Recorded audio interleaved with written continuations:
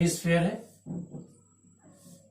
और ये hollow hemisphere है और ये यूनिफॉर्म इलेक्ट्रिक फील्ड ई है और इस हॉलो हेमिस्फेयर का रेडियस आर है। क्या है ये? There is a hollow hemisphere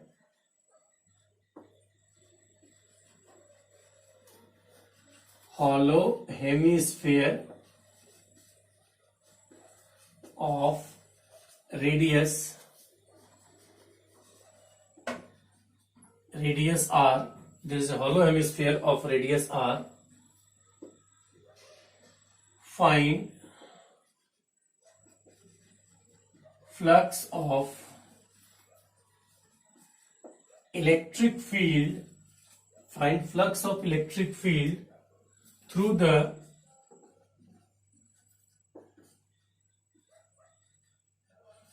curved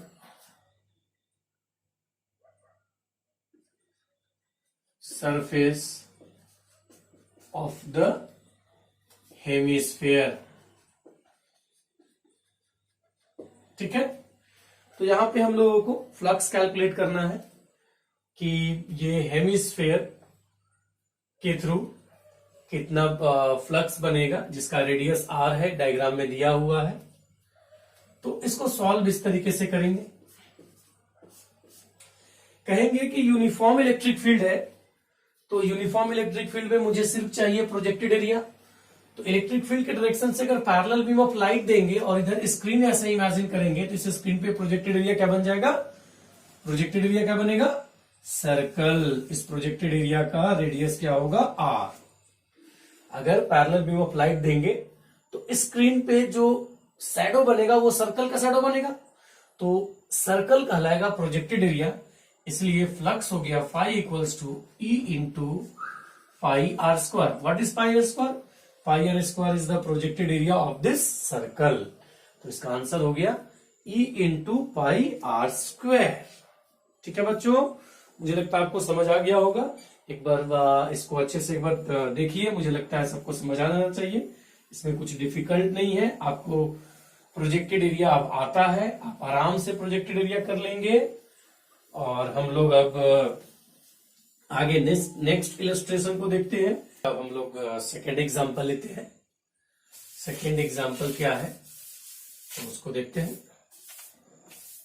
तो इलेक्ट्रिक फ्लक्स का हम लोग सेकेंड एग्जांपल लेते हैं। लेटर से हमारे पास एक क्यूब गिवन है। ये क्यूब कुछ ऐसे डायग्राम ड्रॉ किया हुआ है।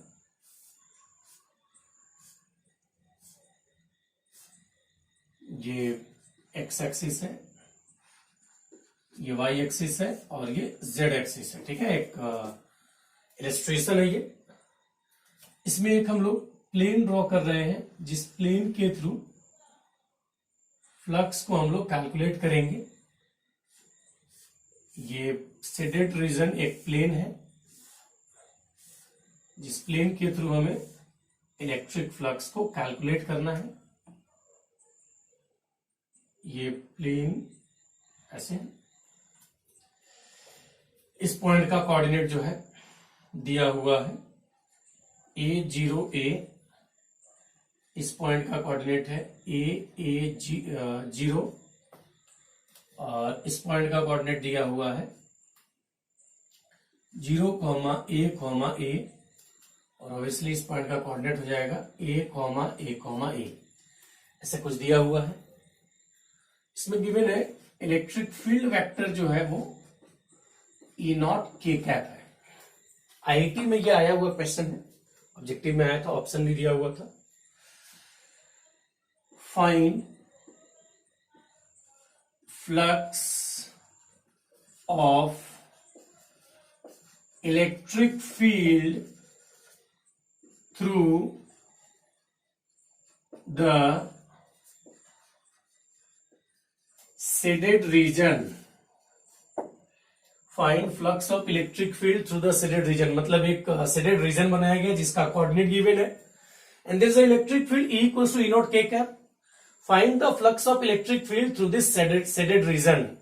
अब ये शेडेड रीजन से आपको अगर फ्लक्स कैलकुलेट करना है तो फिर से आप ध्यान दीजिए, आपको जो फील्ड गिवन है ये गिवन फील्ड यूनिफॉर्म फील्ड है। अगर ये यूनिफॉर्म फील्ड है तो इसका मतलब ये हुआ कि फिर से हमें प्रोजेक्टेड एरिया पे ध्यान देना है। तो अगर ये प्लेन को ध्यान से इमेजिन करें कि पीछे साइड से लाइट आ रहा है पीछे साइड से लाइट आ रहा है, तो इसका जो सामने वाला फेस होगा, अगर मैं इसका नाम दे दूं PQRS, तो सामने वाला जो फेस है PQRS, ये सामने वाला फेस ही इसका प्रोजेक्टेड एरिया होगा। कैसे?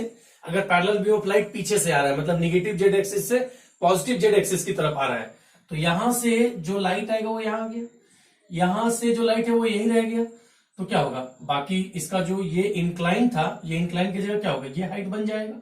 मतलब जो प्रोजेक्टेड एरिया होगा वो प्रोजेक्टेड एरिया बनेगा A इंटू ए का, मतलब A स्क्वायर हो जाएगा। अगर एक बार आप प्रोजेक्टेड एरिया इसका पकड़ लिए तो ये वेरी ऑब्जेक्टिव क्वेश्चन है, flux equals to E naught A square. Very objective question है, E नॉट A स्क्वायर। अगर प्रोजेक्टेड एरिया आपको ये विजुअलाइज हो रहा है कि PQRS जो सामने वाला फेस है, क्योंकि ऐसे इंक्लाइंड है ये, तो यहां से जो लाइट गया और यहां से जो लाइट गया, तो ये यहीं पे मान लेता हूं मैं कि PQRS ही स्क्रीन है, ऐसे टच करता हुआ, इसको टच करता हुआ स्क्रीन है, तो यहां वाला लाइट स्क्रीन पे ही रह गया और यहां वाला लाइट ऐसे स्क्रीन पे आ जाएगा, तो हाइट क्या होगा, ये दिखेगा सामने वाला फेस। तो ये हो गया एक तरीका। दूसरा, अगर आप मान लीजिए कि सेकेंड मेथड, अगर इसको आपको बेसिक से जाना चाहते हैं, बेसिक मतलब E डॉट ए ही करना चाहते हैं, तो E डॉट ए में इलेक्ट्रिक फील्ड तो पता है, एरिया वेक्टर का डायरेक्शन देखना होगा। तो सबसे पहले शेडेड रीजन का एरिया कितना है, एरिया ऑफ शेडेड रीजन। तो एरिया ऑफ शेडेड रीजन है, एक रेक्टेंगल है जिसका यहां से यहां तक ए है और ये वाला लेंथ √2a है। ये जो डायगोनल है ये इसका डायगोनल हो गया ना, तो ये √2a हो गया और ये a हो गया, तो एरिया हो जाएगा √2a स्क्वायर। तो ये शेडेड रीजन का मिल गया हमको area.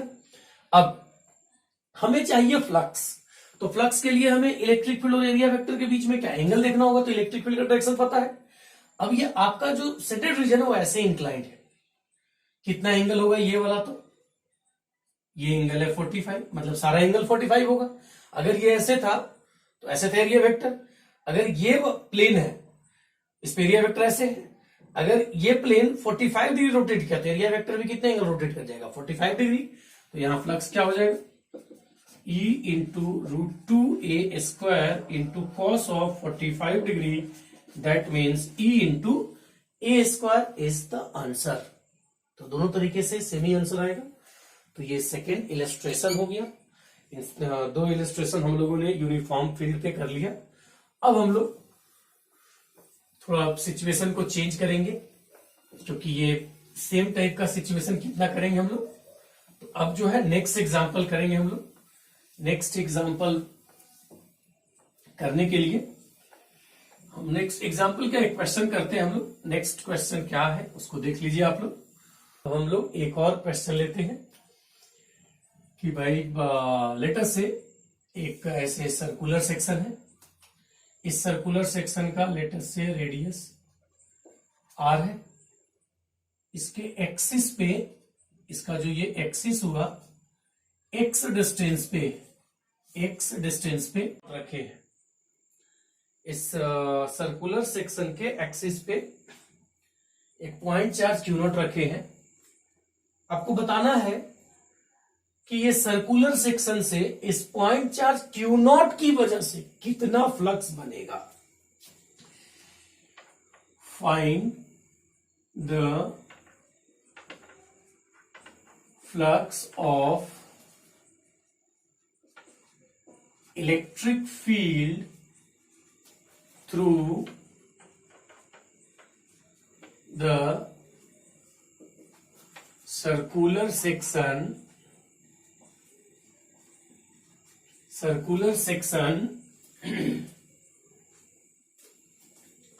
to the circular section due to point charge placed at the axis of the circular section. इस सर्कुलर सेक्शन पे जो पॉइंट चार्ज प्लेस किया है हमने, due two point charge placed at the axis of the circular section. तो यहां पे इसको सॉल्व करेंगे हम लोग और इस बात को समझेंगे भी कि क्या यहां पर डिफरेंस है। तो इस एग्जांपल में ध्यान देंगे तो पॉइंट चार्ज का फील्ड जो होता है वो KQ/R² होता है। K 1/4πε0 हो गया, Q तो इसका चार्ज है और ये R है डिस्टेंस। तो अगर यहां से यहां इसका डिस्टेंस x है तो यहां से यहां डिस्टेंस तो अलग हो गया, यहां से यहां पे डिस्टेंस अलग हो गया, यहां से यहां का डिस्टेंस भी अलग हो गया, यहां से यहां का भी डिस्टेंस अलग हो गया। तो एटलीस्ट अगर आप ध्यान दें तो KQ/R² से मैग्नीट्यूड तो वेरिएबल होता हुआ दिख ही रहा है। साथ में थोड़ा और ध्यान देंगे तो आपको डायरेक्शन भी दिखेगा कि यहाँ इलेक्ट्रिक फील्ड ऐसे है, यहाँ इलेक्ट्रिक फील्ड ऐसे है, यहाँ इलेक्ट्रिक फील्ड का ये डायरेक्शन है। तो इस सर्कुलर सेक्शन के हर पॉइंट पे इलेक्ट्रिक फील्ड का मैग्नीट्यूड एंड डायरेक्शन दोनों ही चेंज हो रहा है। तो इसमें फ्लक्स कैसे कैलकुलेट करेंगे, तो ये वेरिएबल केस हो गया, इलेक्ट्रिक फील्ड वेरिएबल है तो इसमें इंटीग्रेशन परफॉर्म करना पड़ेगा।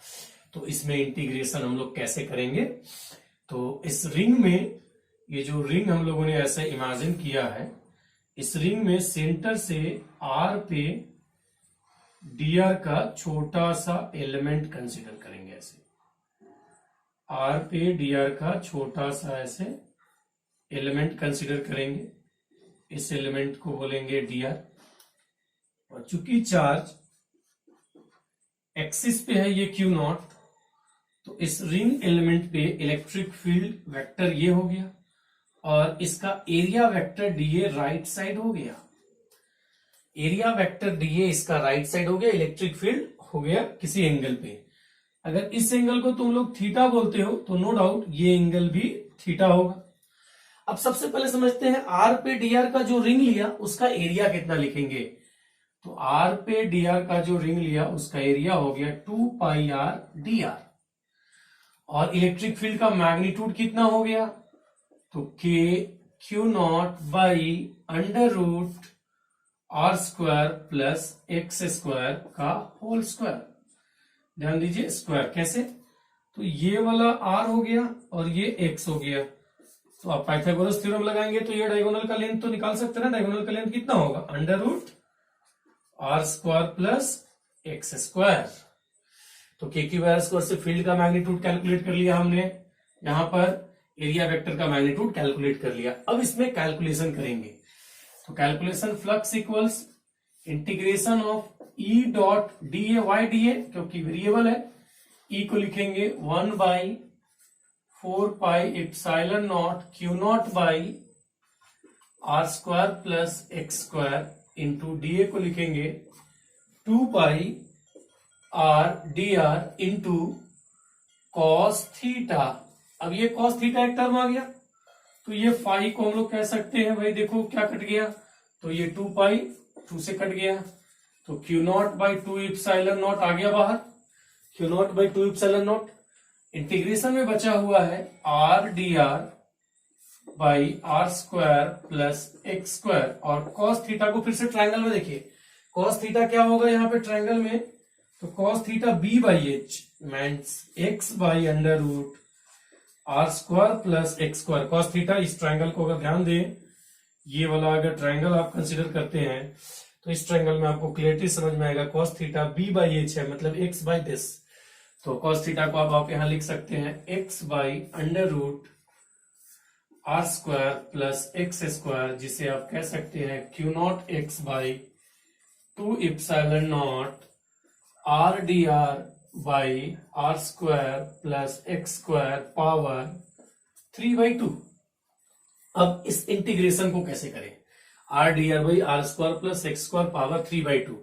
तो आपको यहां पे एज्यूम करना पड़ेगा, assume R² plus x² equals to t²। तो यहां पे डिफरेंशिएट करेंगे 2R dr equals 2t dt। तो अगर ऐसा करने से क्या हो गया, ये इंटीग्रेशन अब क्या हो जाएगा, phi equals to Q0x/2ε0 R dr के जगह लिख देंगे t dt। और डिनोमिनेटर को ध्यान से देखिए, R square plus x square को आपने टी स्क्वायर लिखा, तो यहाँ पे टी स्क्वायर करेंगे, T square power 3/2, T square power 3/2, ये 2 से 2 कट जाएगा, ये 2 कट गया तो क्या आ जाएगा, Q not x by 2 epsilon not, और यहां पे आ गया T D T by T cube, that means Q not x by 2 epsilon not 1 by T square integration of D T by T square. अब इसको एक स्टेप और लिखेंगे, Q not x by 2 epsilon not T D T by T square का integration हो गया T power -2 + 1 by -2 + 1, that means आप लिख सकते हैं Q not x by 2 epsilon not -1 by T, जिसे आप चाहे तो फिर से लिख सकते हैं Q not by 2 epsilon not x -1 by √r² plus x²। अब लिमिट लगाएंगे इसमें, लिमिट कहां से कहां होगा, तो लिमिट r का क्या है, तो 0 to capital R, 0 to capital R limit लगाएंगे। 0 टू कैपिटल R लिमिट लगाने पे ये फ्लक्स बन जाएगा Q not x by 2 epsilon not, और लिमिट लगा दिया तो -1 by √r² plus x², minus minus plus 1 by ये प्लस है √0² प्लस x², और यहां से आप आराम से लिख सकते हैं Q not x by 2 epsilon not into 1 minus 1 by √r² plus x²। अब x को अगर अंदर आप ले जाएंगे, अच्छा एक मिनट, यहाँ पे 1/x है, ठीक है, यहाँ x² था ना रूट के अंदर, अब x को अंदर ले जाएंगे तो 5 हो जाएगा Q not by 2 epsilon not 1 minus x by √r² plus x²। तो ये आ गया इस केस में जो फ्लक्स इस सर्कुलर सेक्शन से होगा, इस सर्कुलर सेक्शन से फ्लक्स होगा Q not by 2 epsilon times 1 minus x by √r² plus x²। तो ये हमने फ्लक्स का कैलकुलेशन कर लिया। तो बच्चों ठीक है, ये फ्लक्स का कैलकुलेशन हम लोगों ने कर लिया। अब थोड़ा सा इसको मैं और एक्सप्लेन कर दूंगा कि क्योंकि ये सेटअप बहुत ही, ये इलस्ट्रेशन बहुत ही यूजफुल है आगे, तो थोड़ा इसको आंसर आ गया हमारे क्वेश्चन का, लेकिन इसका क्या यूटिलाइज करेंगे आगे हम लोग, उस पर ध्यान देते हैं। तो मैं ये डायग्राम थोड़ी देर के लिए इसको हटा रहा हूं और यहां पे मैं तुम्हें एक्सप्लेन करता हूं कि क्या है ये। तो इसको थोड़ा मैं क्लीन कर लेता हूं ताकि आपको अच्छे से समझ आए, तो फिर पता चला कि डायग्राम अच्छा नहीं बना है।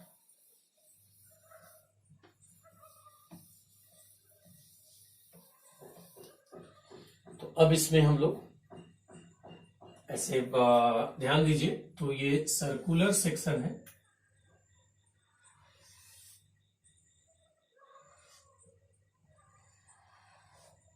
इस सर्कुलर सेक्शन के एक्सिस पे यहां चार्ज रखे थे। इस चार्ज से फील्ड लाइंस, ये बाउंड्री ड्रॉ किया आपने, ये भी पास करेगा। अगर ध्यान देंगे इतने पोर्शन और इधर ये वाला पोर्शन को ध्यान देंगे, अगर अच्छे से समझेंगे तो ये बन जाएगा एक कोन, और इस कोन के एपेक्स पे है पॉइंट चार्ज क्यू नॉट। इस कोन के एपेक्स पे क्या है, पॉइंट चार्ज क्यू नॉट। ये पॉइंट चार्ज क्यू नॉट क्या कर रहा है, तो ये पॉइंट चार्ज क्यू नॉट अगर यहां रखे हैं तो जो कोन का स्लैंट सरफेस है, स्लैंट सरफेस ही ये दिखा रहा है एक तरीके से, मतलब स्लैंट सरफेस के अलोंग जो फील्ड लाइंस होगा वो तो बाहर चला जाएगा, लेकिन उसके अंदर जो भी फील्ड लाइंस होगा, जो कुछ भी फील्ड लाइंस होगा, है नहीं कोन, कोन फील होगा कि बना है, जो भी फील्ड लाइंस होगा ये सारा फील्ड लाइंस क्या होगा, इससे पास करेगा।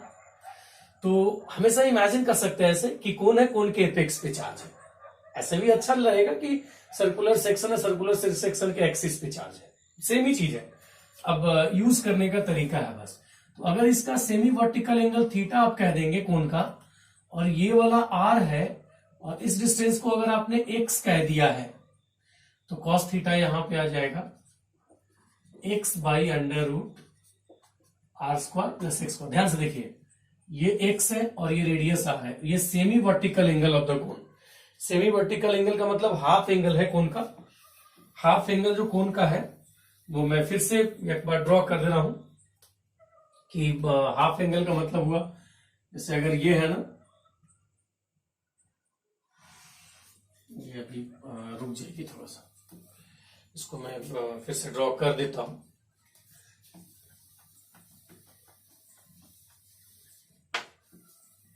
फिर से ड्रॉ कर देता हूं या इधर ड्रॉ कर देता हूं। ऐसे ये आर हो गया, ये एक्स हो गया, ये थीटा होगा। अब आप वेरीफाई करके देखिए, कौन है, कौन के एपेक्स पे चार्ज है। यहां से देखिए ध्यान से, कॉस थीटा का वैल्यू क्या आएगा, x by under root R square plus x square. तो यहां से ये बताना चाह रहे हैं कि अगर कॉस थीटा को इतना रखेंगे तो आप ऐसे याद रख सकते हैं, Q not by two epsilon not 1 minus cos theta. This is flux of electric field through the circular section due to a charge placed at the axis of the circular section। इस तरीके से आप इसको याद कर सकते हैं। This is very very important result, star mark है, इसको बहुत जगह यूज करते हैं डायरेक्टली, तो बहुत ही इंपॉर्टेंट है। अब ये समझ आ गया होगा आपको कि सर्कुलर सेक्शन के एक्सिस पे चार्ज है तो सर्कुलर सेक्शन से कितना फ्लक्स बनेगा, तो आप इसको कोन इमेजिन करके लिख सकते हैं, Q not by two epsilon 1 minus cos theta. तो ये हो गया आपका फ्लक्स। ठीक है, अब आप लोग फ्लक्स के क्वेश्चंस को, बेसिक क्वेश्चंस को आप लोग एचसी वर्मा के बुक से ट्राई कर सकते हैं। ऐसे बुक्स तो मार्केट में बहुत सारे हैं, लेकिन बेसिक क्वेश्चंस अभी ट्राई कीजिए, फिर उसके बाद आगे हायर लेवल के क्वेश्चन सॉल्व कीजिएगा। ठीक है, तो आज के लिए अभी इस सेक्शन में इतना ही रखते हैं, इस पे और इलस्ट्रेशन हम लोग करेंगे। ठीक है, आज के लिए बस इतना रखिए, बाकी आगे हम लोग इस पे और पढ़ाई करेंगे। All the best.